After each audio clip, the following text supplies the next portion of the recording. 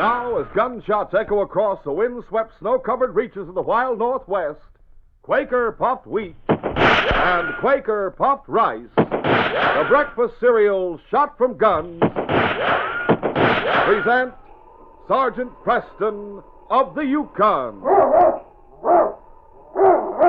It's Yukon King, swiftest and strongest lead dog of the Northwest, blazing the trail for Sergeant Preston of the Northwest Mounted Police in his relentless pursuit of lawbreakers. On King! On, you husky! Gold discovered in the Yukon. A stampede to the Klondike in the wild race for riches. Back to the days of the gold rush. With Quaker puffed wheat and Quaker puffed rice, bringing you the adventures of Sergeant Preston and his wonder dog, Yukon King, as they meet the challenge of the Yukon.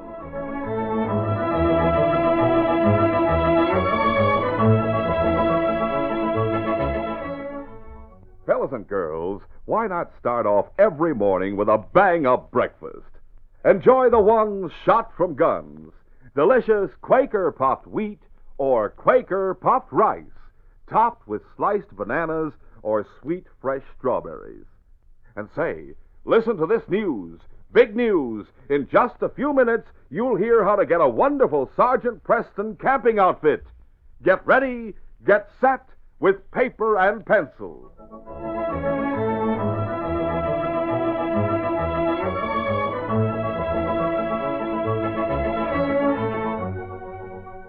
Ted Norton, a young prospector, lived in a cabin near his claim on Shelf Ridge. Besides his wife and son, Ted's elderly father lived in their cabin with him. It was late afternoon, just before the spring thaw, when Ted entered the cabin in a state of excitement. Elaine, I brought in more gold for you to add to what you've been saving in that tin box. Look here. Ted, there's small gold nuggets. Yes, sure are, honey. And there's lots more where they came from. Jumping catfish, son. Looks like you finally struck it rich, huh? That's right, Dad. Our worries are over now. yeah. But I have to act fast to make sure no one else gets the gold that's still waiting to be taken out. What do you mean? Well, I found this right on the boundary line of my claim back on the ridge. I'll have to file a claim to the land beyond mine right away. That's right, Ted. If word of this gets out, others will swarm up there to stake claims. I'll get the dog team and head for town right now. You might get there too late to register your claim today, son. Selkirk is 10 miles away, and the office closes at 6. But it opens at 7 in the morning if you want to make an early trip. Oh, I still might have time to make it. I'll go to town, and if the claims office is closed, I'll stay overnight at the hotel and register it first thing in the morning. Good idea. Reckon if you don't mind, I'll go along with you. I've been hankering to get to town for a visit. But if we don't get there in time and have to stay for the night, Elaine and Tommy will be here alone. Oh, sure. Don't worry about that. We'll be all right. I'll put that gold in the tin box and hide it, and then give you something to eat before you go. All right, honey. Where's Tommy? Outside playing Western Sheriff. You know, those stories Gramps has told him have gone to his head. Now, you and Gramps get ready for town. Ted and his father made a quick trip to town, but they were too late. While Ted went to engage rooms at the hotel, Gramps entered the general store to make a purchase and greet some of his cronies who usually lounged around the big stove. Well, here comes Gramps. Yeah, how's everything, Gramps? Oh, fine. Oh, say, Jake, give me a plug of chawing tobacco with you. Sure, Gramps. Here you are. Reckon you want that on Ted's account, huh? Yep. And that's one account you aren't going to have to worry about. Oh, how come? Well, Jake, the fact is... Yeah? Well, Ted's finally struck pay dirt. Yes, sir. What? That's fine. Glad to hear it. Last time I talked to Ted, he said he tunneled quite a distance back into the ridge without too much luck. Matter of fact, Jake, he struck gold. Good. I can't tell where until he gets his new claim protected. He's here to get it registered when the office opens in the morning. That's wise. Then nobody can jump the claim. Well, that's what I told him. Well, I'll see you in the morning before we leave for Shelf Ridge, Jake. Right, Gramps. So long, fellas. Goodbye. Later, a stranger who'd been at the store was talking to another man as they sat at a table in the cafe. Cal, I know how we can get the cash we need. Yeah? How? I could use some, Charlie. I saw an old man in the store. Briefly, the man called Charlie told about Gramps' conversation at the store. When he had finished, the other man asked, You mean we should go out and jump that claim? No, the old man didn't say where it was. Ted Norton's waiting right here to register the claim when the office opens in the morning. Well, then what... I asked a few questions at the store. Seems the old man's son has a wife and a boy about 10 years old. They're out at Norton's cabin alone for the night. Well, if Norton made a strike, there must be gold hidden at the cabin. Yeah, but suppose there isn't. Look, as busted as we are, we'll have to take that chance. But I know the habits of prospectors, and they usually hide some at their cabins. Well, let's get the dog team go out there. Did you find out where the cabin is? Yep, up on Shelf Ridge, about 10 miles from here. Now, we'll grab what we find and keep on going to Whitehorse. I've been ready to get out of here for a week anyhow. Yeah, so have I. Let's go. Right. Leaving the cafe, Charlie and Cal got their team and started for Shelf Ridge. Meantime, Sergeant Preston and his great dog, Yukon King, were returning to Selkirk from a trip to Whitehorse. Preston stopped his team at the Norton cabin. King. Hi, Husky. Hello. Come along, King. We'll visit the Nortons a while and get warm.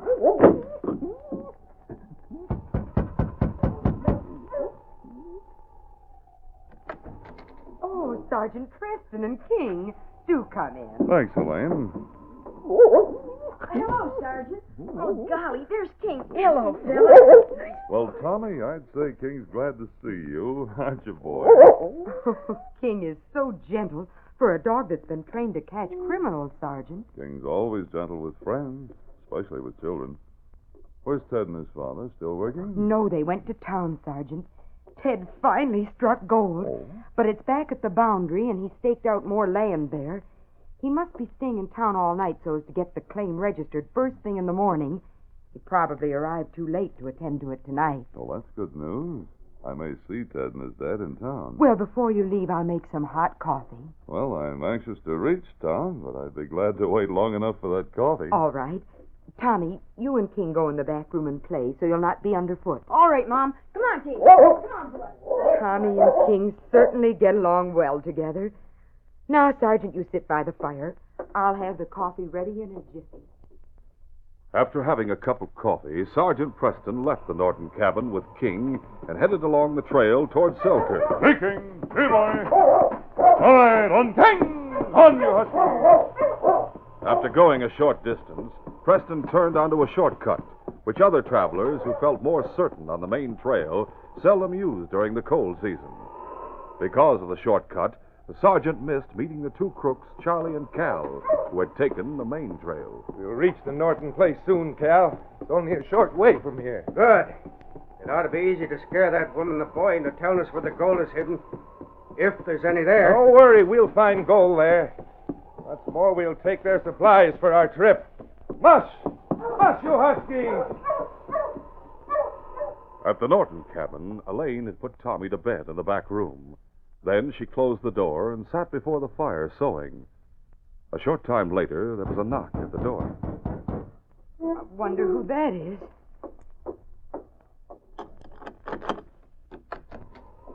You Ted Norton's wife? Yes, I am. But has something happened? No, he's safe in town, Mom. Ask us to stop by, that's all. Oh, of course. Do come in and have coffee. Thanks. Come on, Cal. Yeah. Now, just make yourselves comfortable. Look, we came here to get the gold that's hidden in this cabin. Now, get it. A gun? Yeah. We sure fooled her for a minute, huh, Cal? Thought we were friends of her husband. Then you've come here to rob us. Yeah, that's right. Let's search the dump ourselves, Charlie. You look around here while I search the back room. Oh, no, please. Our boy is sleeping in there. He'd be terribly frightened. And get the gold you have put away. Because if you don't, I'll go drag the boy out here, see if he can tell us where you keep it. What gave you the idea we have gold here? There's no reason to She's think that... stalling, Charlie. Sure, get the youngster out No, here. wait. We do have some gold put away. I'll go get it for you.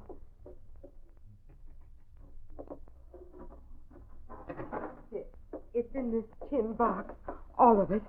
Here, take it and leave. I'll see what's in it first. Watch her, Cal. All right. Now, what about it, Charlie? Hey, we're in luck. There's plenty here.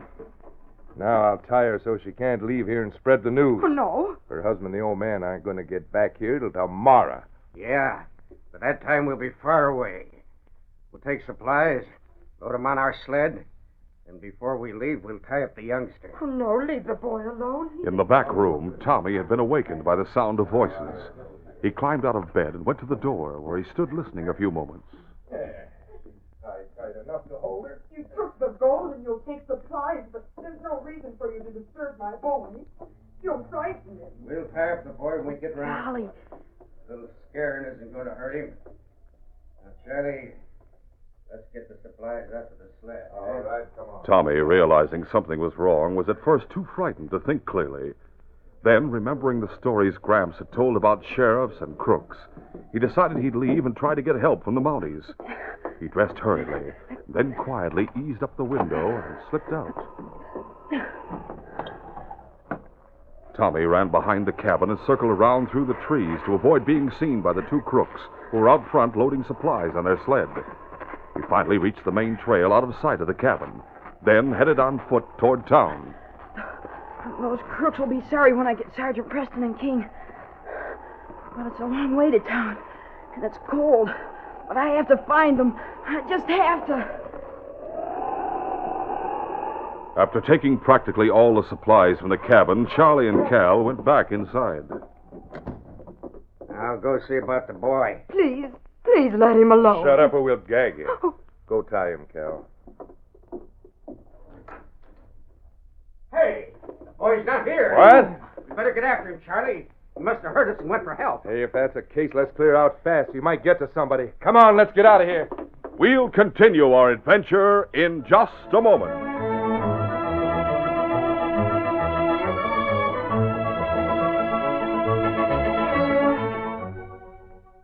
Don't you think, Sergeant Preston, that the outdoor life of a Mountie is something every fellow and girl should experience? I certainly do.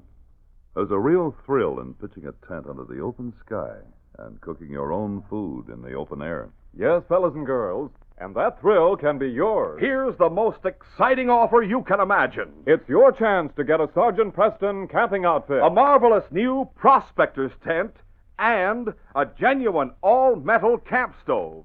Offered to friends of Sergeant Preston by Quaker Puffed Rice and Quaker Puffed Wheat. It's a bright green, sturdy plastic tent. Stands 4.5 feet high and is 3 feet square at the base. It has a flap to let you in, to close up snug and tight so you'll feel like a real gold prospector up in the Yukon. You get the tent poles, stakes, everything you need to set it up easily in just a few minutes, outdoors or in the house. Yet, for this wonderful new waterproof prospector's tent, all you do is send $1 and a box top from swell-tasting Quaker Puffed Wheat or Rice. But that's not all you can get. In addition, here's a genuine all-metal camp stove. Mind you, it's not a toy. It works. You can really cook with it. On the top section, you can fry hamburgers, hot dogs, bacon, and eggs. In the Dutch oven, you can bake potatoes, biscuits. Over the broiler, you can cook cocoa, soup, beans. There's a firebox to fill with twigs, charcoal, or canned heat for fuel. And this complete 4-piece camp stove, plus a handy combination stove tongs and cooking fork, is yours for only 50 cents and a box top from Quaker Puffed Wheat or Rice. Now, to get both tent and stove, the whole Sergeant Preston camping outfit, send 2 box tops from Quaker Puffed Wheat or Rice and $1.50. Send to Camping Outfit, Box L, Chicago 77, Illinois. With your order, you'll get a little booklet that shows you how easy it is to put up your tent, outdoors or indoors, and gives you tips for safe camping and cooking. What's more, if you aren't completely satisfied with your prospector's tent and camp stove, you get every cent of your money back. Grocers now have special new packages of delicious Quaker Puffed Wheat and Quaker Puffed Rice with full offer details plus order blank right on the package. For the prospector's tent, send 1 box top and $1. For the camp stove, send a box top and 50 cents. For both tent and stove,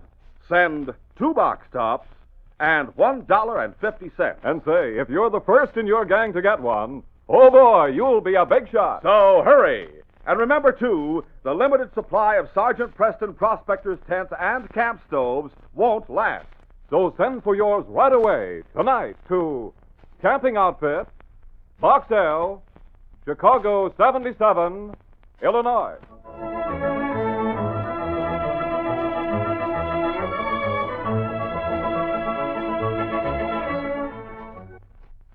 Now to continue.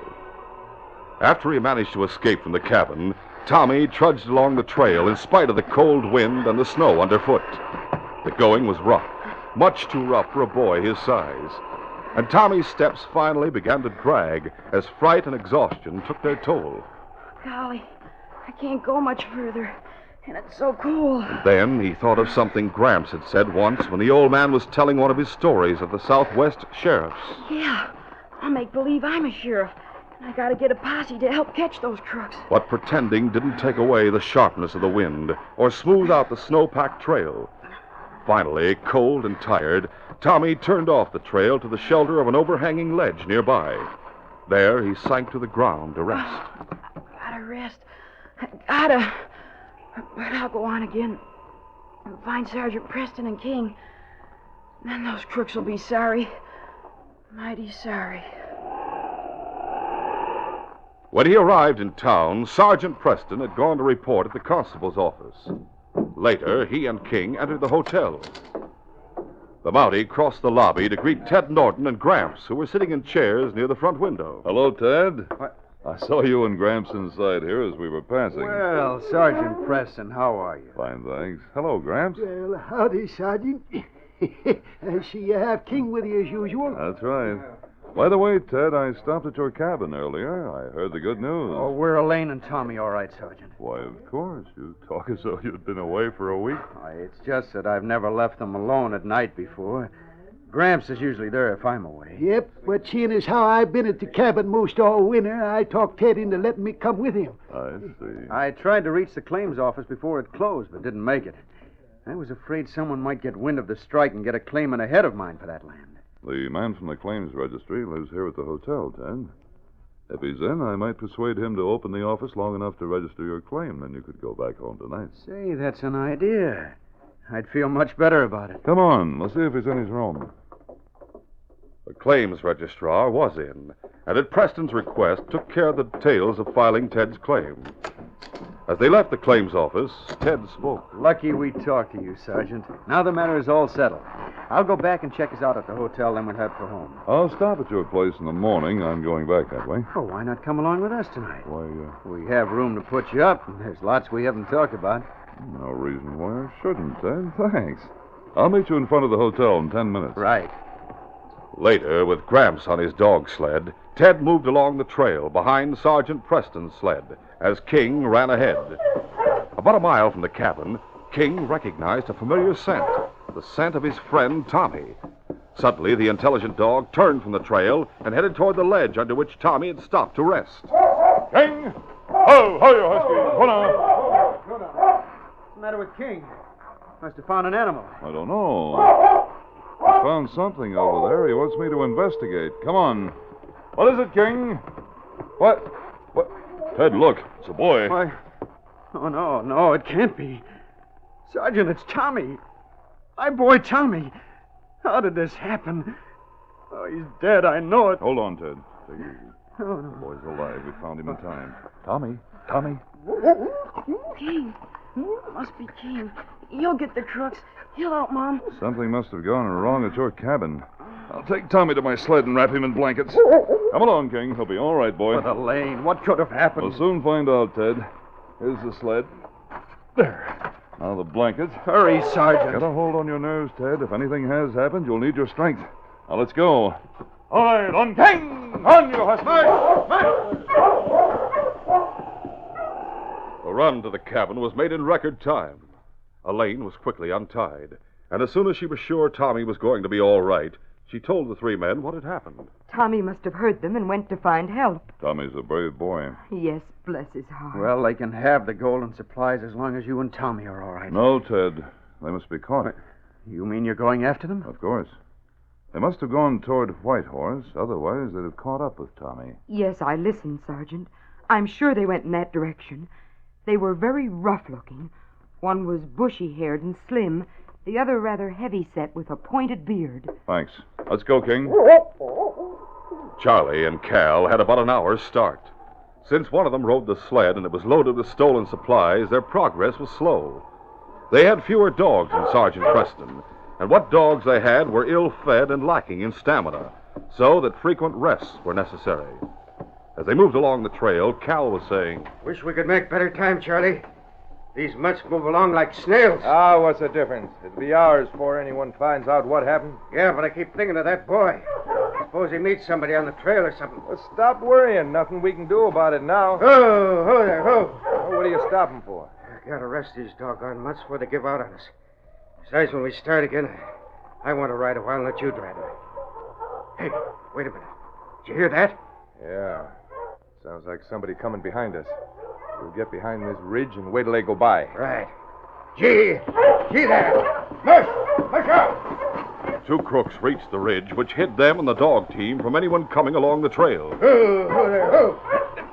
The twilight of the Yukon night made it possible for them to see quite clearly as Preston and King came around a bend.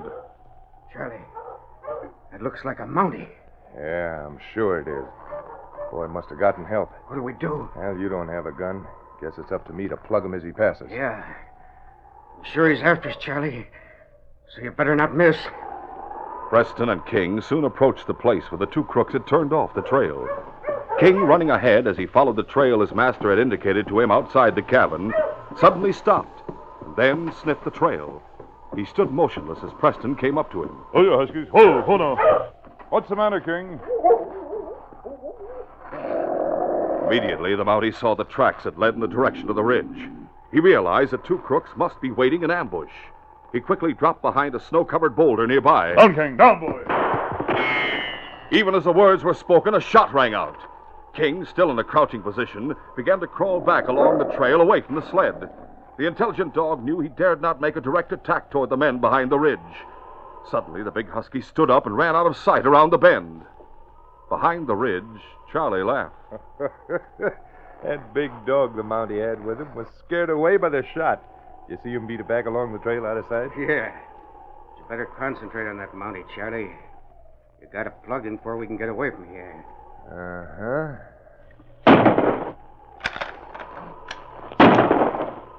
Sergeant Preston dared not go from behind the boulder without being a target for the crook's bullets. For about 5 minutes, intermittent shots were exchanged. Then... Look, Charlie, you're a good shot. Why not pick off his dogs one by one? Then we can circle around and leave, and he can't follow us. Yeah, maybe that's a good idea. Take careful aim. I'll get him. I'll have to reload. As Charlie quickly put more cartridges in his rifle, neither he nor Cal noticed the dark gray figure that crept around the corner of the ridge. King had circled and had come toward them from behind. Yeah, now I'm ready. As Charlie turned to raise his gun, King, with a snarl of rage, sprang. When the big dog grabbed Charlie's gun arm, the gun fell from his hands. Cal, panicked by the sudden onslaught by the big husky, and not having a gun, turned and started to run. Cal, help me! But he forgot Sergeant Preston for the moment until a shot rang out. Ow! And Cal fell with a bullet in his leg. Help! Get him away! Help! Sergeant Preston hurriedly approached the scene. On, King. On, boy. On guard. Preston quickly picked up Charlie's gun. Then, while King stood guard over Charlie, the Mountie attended to Cal's wound. There. That'll do until you see a doctor. I arrest both of you in the name of the Crown for attempted murder and robbery. We didn't rob anybody. We didn't know you were a Mountie. We thought you were somebody who intended to rob us. Yeah, that's right. Don't lie. You tied up a woman and stole a box of gold. We have our own gold on our sled. You can't... Shut up. We'll pass the Norton place on the way to the Selkirk jail. I'll stop and have this woman identify you. We're starting back right now, but first I'll use these handcuffs. Within a short time, Preston started back with the two crooks. And sometime later, they reached the Nortons' cabin. King. Hi, husky. Come on. Sergeant, I see you caught them. Yes, Ted. Look them over, Elaine. Those are the two men who robbed me and left me tied in the cabin, Sergeant. And this is the box of gold they took? That's it, all right. See, we kept it in that tin box. My initials are painted on it. That's our gold, Sergeant. I'll see it's returned to you after it's used as evidence. Ted, will you drive one of these sleds to town for me? I had King lead my team while I drove their sled with them riding it. Oh, of course, Sergeant. How's Tommy? Oh, he's sleeping. He was worn out, but he's all right now. Good. Tell him King and I'll come back and see him later in the day. I'll get my park and be ready to leave with you. Fine. Now that the claim is registered, the gold recovered, and these two on their way to jail, this case is closed.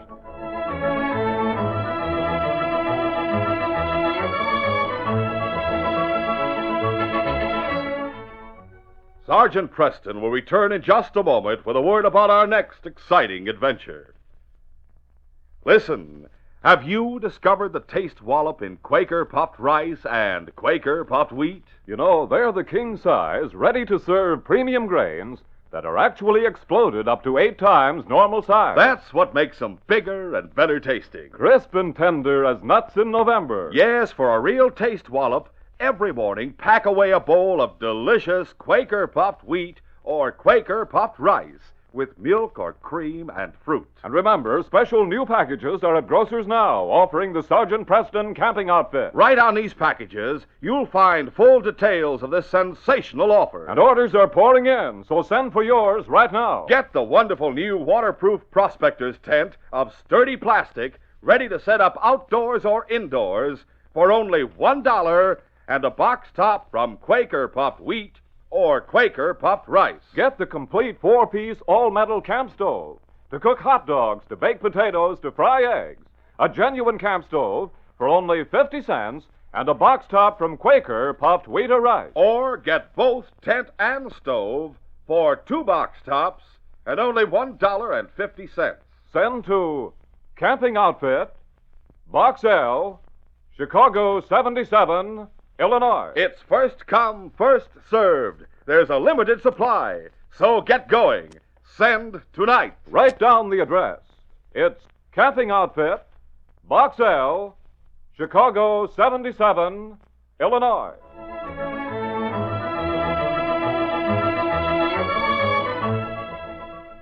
And now, here is Sergeant Preston. Sergeant Preston reporting for duty, Inspector. Sergeant, I'm sending you to Kaw River Camp. Minnie May has been caught in a freeze-up some distance from Kaw River. She'll be trapped in the ice until spring. Well, that ship was carrying food for the miners in Kaw River Camp. That's right, Sergeant. When you reach camp, see if the men have enough food on hand to last until the thaw. Very well, sir. I'll start at once. Trouble awaits the sergeant in Kaw River Camp. 2 killers have already destroyed the food supplies and have made a successful getaway with gold stolen from the hard-working miners. For the first time in his career, Sergeant Preston faces failure when he loses a race against time. For the 2 outlaws reach the freedom of the border before he can overtake them. Be sure to hear this next exciting adventure. These radio dramas, a feature of Sergeant Preston of the Yukon Incorporated, are created by George W. Trendle, produced by Trendle Campbell Muir Incorporated, directed by Fred Flowerday, and supervised by Charles D. Livingston. The part of Sergeant Preston is played by Paul Sutton. Sergeant Preston of the Yukon is brought to you every Tuesday and Thursday. On Thursday by Quaker puffed wheat and Quaker puffed rice. The breakfast cereals shot from guns.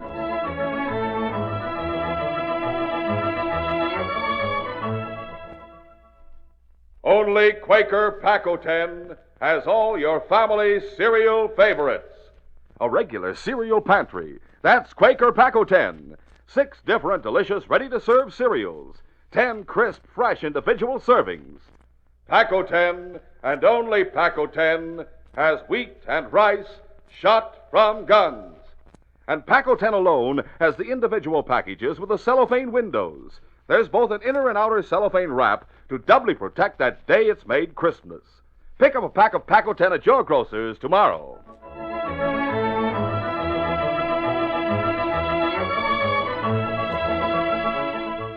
This is J. Michael wishing you goodbye, good luck, and good health from Quaker puffed wheat and Quaker puffed rice. So long. Listen tomorrow at this same time to the Green Hornet, brought to you by the drink that makes you feel fresh again, delicious Orange Crush. This is the Mutual Broadcasting System.